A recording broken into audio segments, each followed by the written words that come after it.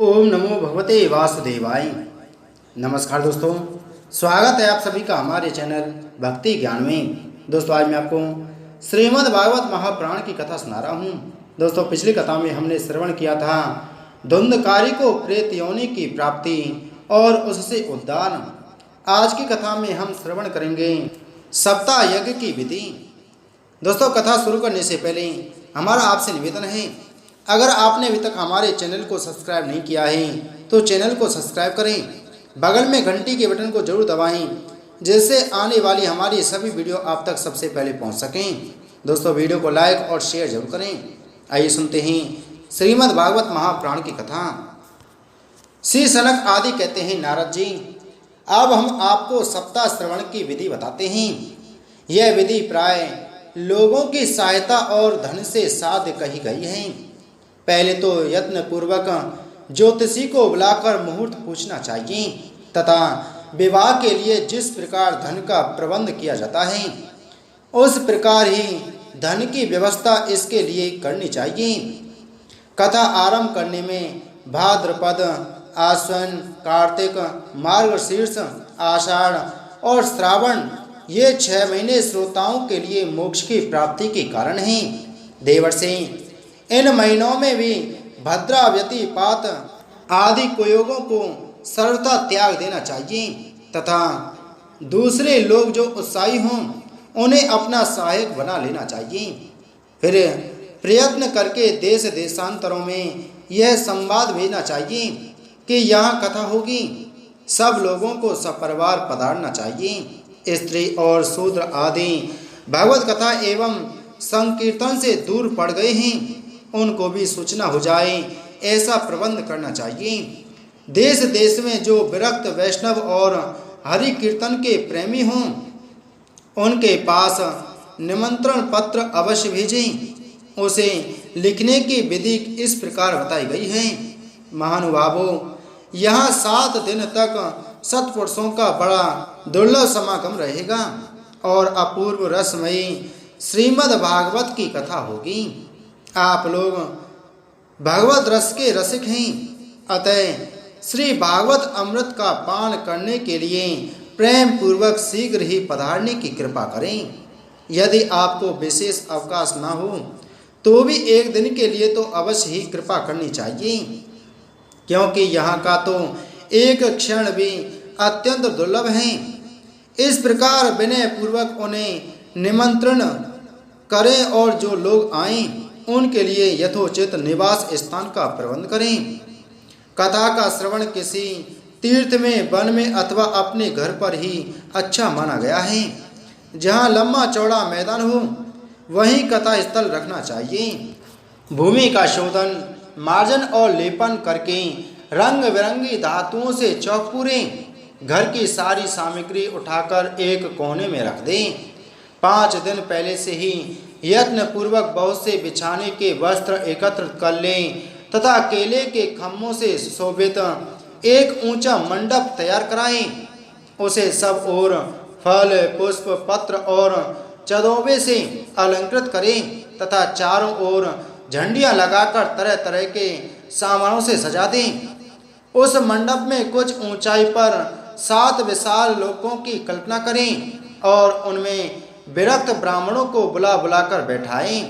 आगे की ओर उनके लिए वहाँ यथोचित आसन तैयार रखें। इनके पीछे वक्ता के लिए भी एक दिव्य सिंहासन का प्रबंध करें।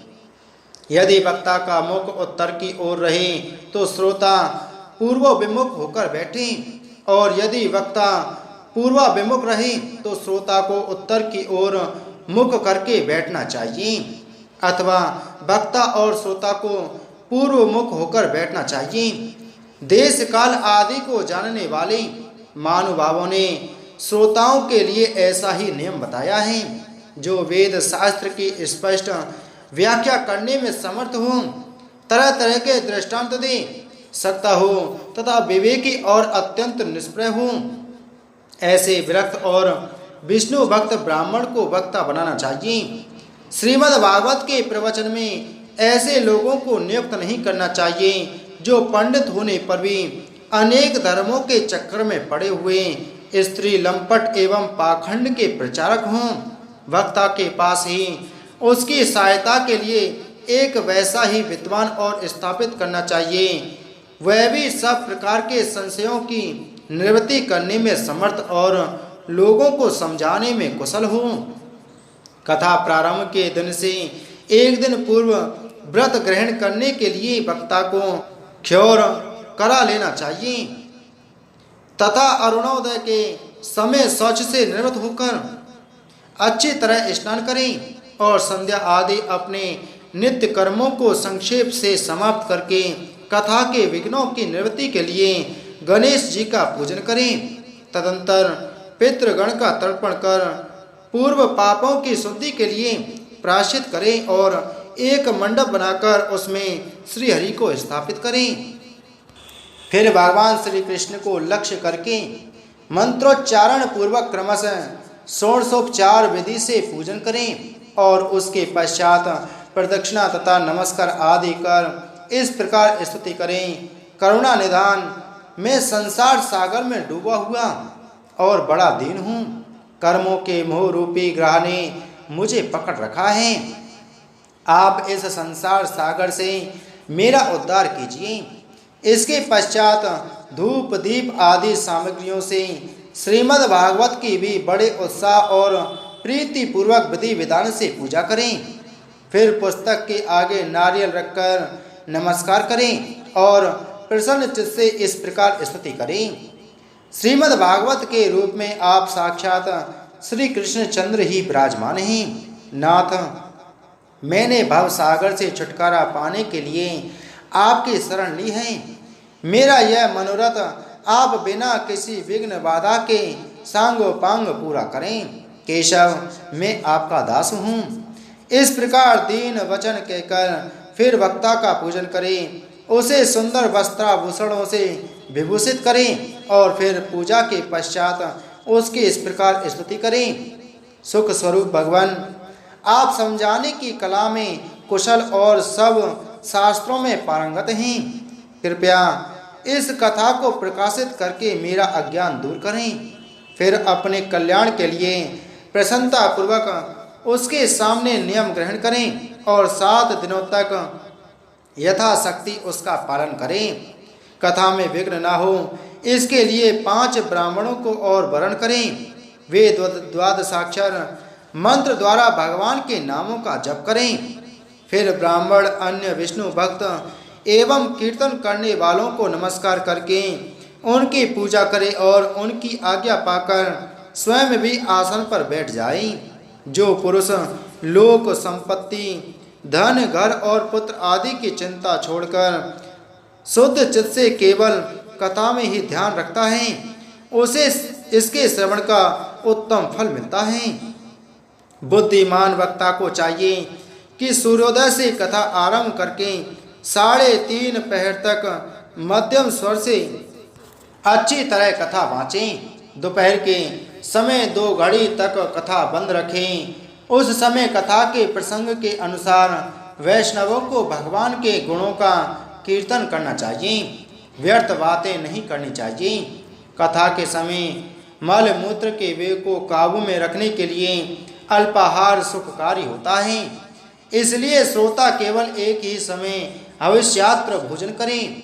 यदि शक्ति हो तो 7 दिन निराहार रहकर कथा सुने अथवा केवल घी या दूध पीकर सुखपूर्वक श्रवण करें अथवा फलाहार या एक समय ही भोजन करें। जिससे जैसा नियम सुविधे से सध सके उसी को कथा श्रवण के लिए ग्रहण करें। मैं तो उपवासी की अपेक्षा भोजन करना अच्छा समझता हूँ, यदि वह कथा श्रवण में सहायक हो। यदि उपवास से श्रवण में बाधा पहुँचती हो तो वह किसी काम का नहीं। नारद जी, नियम से सप्ताह सुनने वाले पुरुषों के नियम सुनिए। विष्णु भक्त की दीक्षा से रहित पुरुष कथा श्रवण का अधिकारी नहीं है। जो पुरुष नियम से कथा सुने उसे ब्रह्मचर्य से रहना, भूमि पर सोना और नित्य प्रति कथा समाप्त होने पर पत्तल में भोजन करना चाहिए।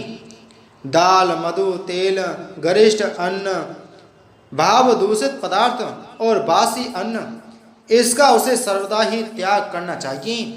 काम, क्रोध, मद, मान, मत्सर, लोभ, दम्भ, मोह और द्वेष को तो अपने पास भी नहीं भटकने देना चाहिए। वह वेद, वैष्णव, ब्राह्मण, गुरु, गौ सेवक तथा स्त्री, राजा और महापुरुषों की निंदा से भी बचें। नियम से कथा सुनने वाले पुरुष को रजस्वला स्त्री, अंतज्य, मलेच्छ, पतित, गायत्रीहीन, द्विज, ब्राह्मणों से द्वेष करने वाले तथा वेद को न मानने वाले पुरुषों से बात नहीं करनी चाहिए।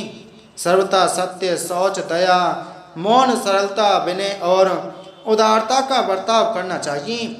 धनहीन, क्षय रोगी, किसी अन्य रोग से पीड़ित, भाग्यहीन, पापी, पुत्रहीन और मुमुक्षु भी यह कथा श्रवण करें।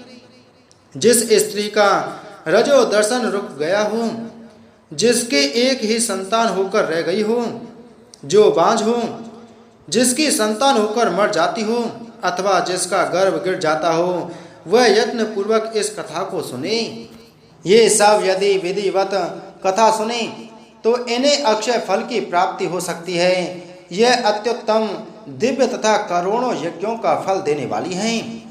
इस प्रकार इस व्रत की विधियों का पालन करके फिर उद्यापन करें। जिन्हें इसके विशेष फल की इच्छा हो वे जन्माष्टमी व्रत के समान ही इस कथा व्रत का उद्यापन करें। किंतु जो भगवान के अकिंचन भक्त हैं उनके लिए उद्यापन का कोई आग्रह नहीं है। वे श्रवण से ही पवित्र हैं, क्योंकि वे तो निष्काम भगवत भक्त हैं। इस प्रकार जब सप्ताह यज्ञ समाप्त हो जाए तब श्रोताओं को अत्यंत भक्ति पूर्वक पुस्तक और वक्ता की पूजा करनी चाहिए। फिर वक्ता श्रोताओं को प्रसाद, तुलसी और प्रसादी मालाएं दे तथा सब लोग मृदंग और झांझ की मनोहर ध्वनि से सुंदर कीर्तन करें।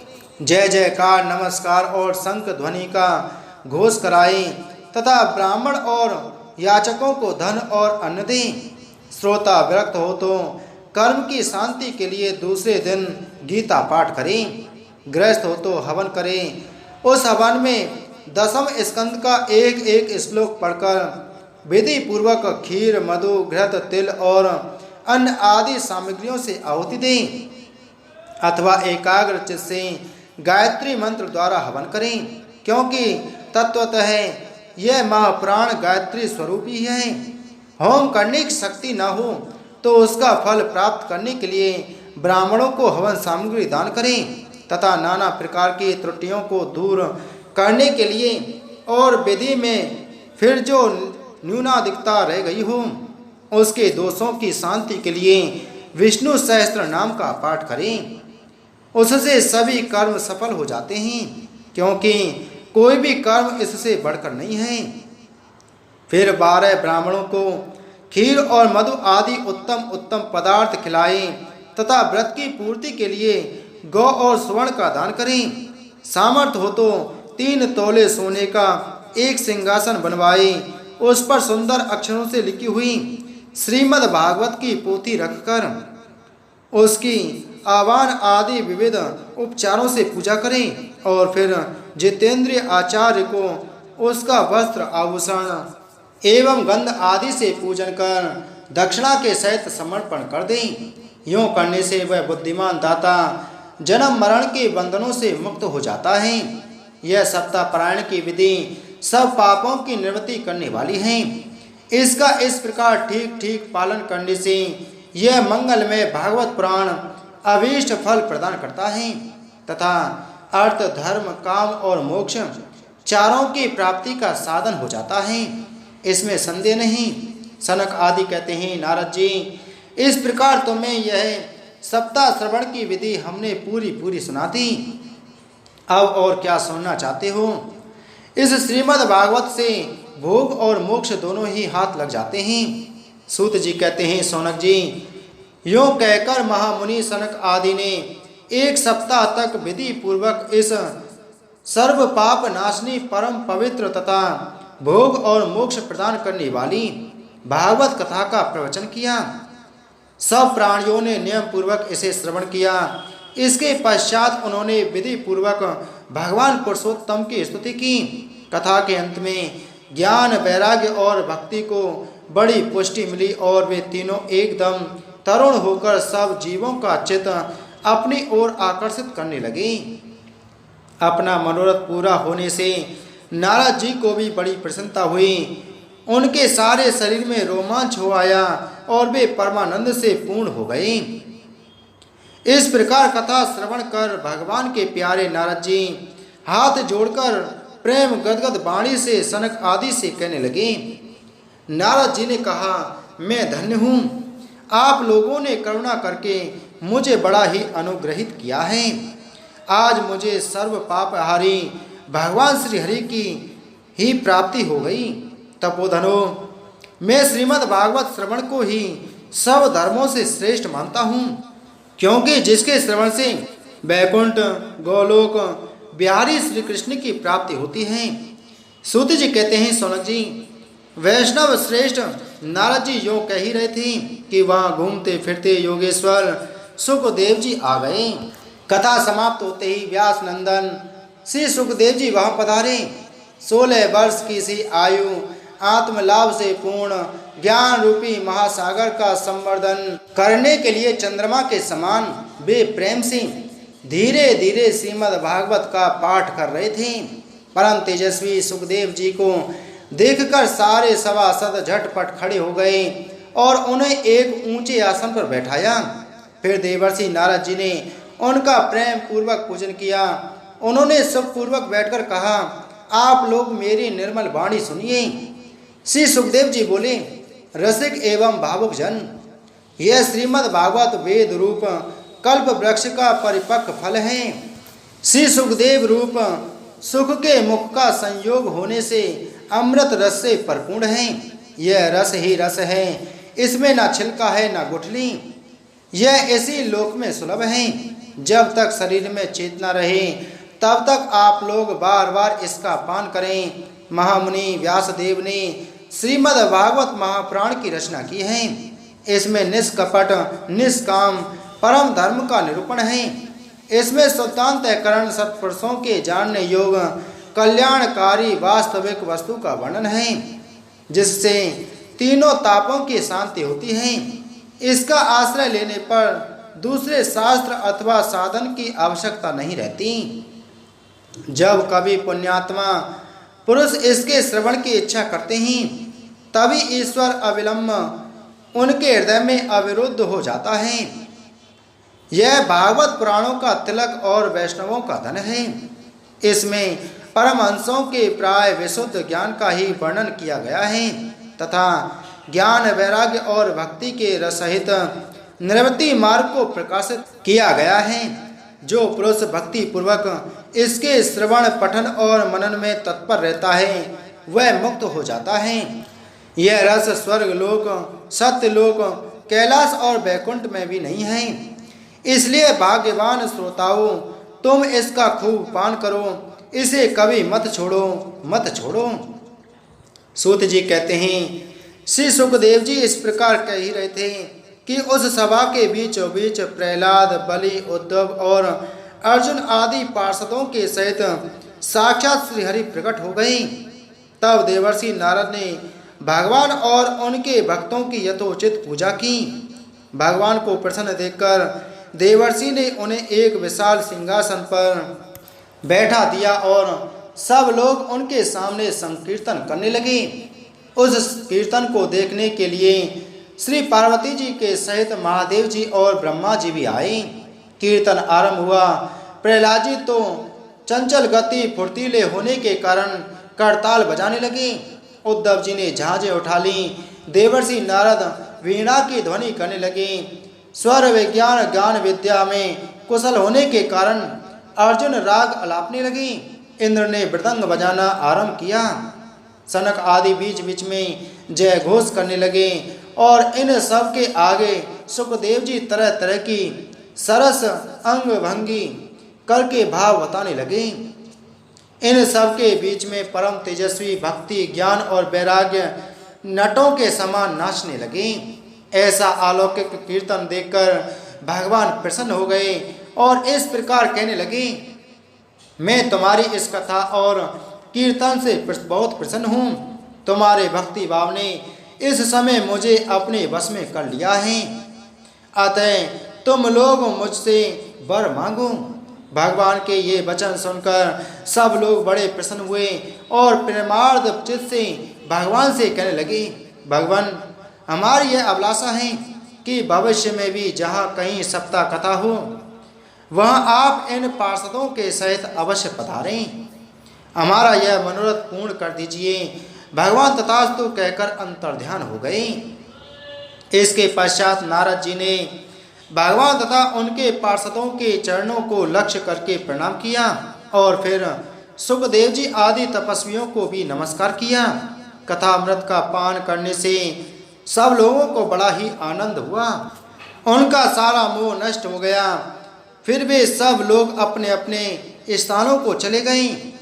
उस समय सुखदेव जी ने भक्ति को उसके पुत्रों सहित अपने शास्त्र में स्थापित कर दिया। इसी से भागवत का सेवन करने से श्री हरि वैष्णवों के हृदय में आ विराजते हैं। जो लोग दरिद्रता के दुख ज्वर की ज्वाला से दग्ध हो रहे हैं, उन्हें माया पिशाची ने रौंद डाला है तथा जो संसार समुद्र में डूब रहे हैं, उनका कल्याण करने के लिए श्रीमद् भागवत सिंहनाद कर रहा है। शौनक जी ने पूछा, सूत जी, सुखदेव जी ने राजा परीक्षित को, गोकर्ण ने धुंधकारी को और सनक आदि ने नारद जी को किस किस समय यह ग्रंथ सुनाया था? मेरा यह संशय दूर कीजिए। सूत जी ने कहा, भगवान श्री कृष्ण के स्वधाम गमन के बाद कलियुग के 30 वर्ष से कुछ अधिक बीत जाने पर भाद्रपद मास की शुक्ला नवमी को सुखदेव जी ने कथा आरंभ की थी। राजा परीक्षित के कथा सुनने के बाद कलियुग के 200 वर्ष बीत जाने पर आषाढ़ मास की शुक्ला नवमी को गोकर्ण जी ने यह कथा सुनाई थी। इसके पीछे कलियुग के 30 वर्ष और निकल जाने पर कार्तिक शुक्ला नवमी से सनक आदि ने कथा आरंभ की थी। निष्पाप शौनक जी, आपने जो कुछ पूछा था उसका उत्तर मैंने आपको दे दिया। इस कलयुग में भागवत की कथा भव रोग की रामबाण औषध है। संत जन, आप लोग आदर पूर्वक इस कथा अमृत का पान कीजिए। यह श्री कृष्ण को अत्यंत प्रिय, संपूर्ण पापों का नाश करने वाला, मुक्ति का एकमात्र कारण और भक्ति को बढ़ाने वाला है।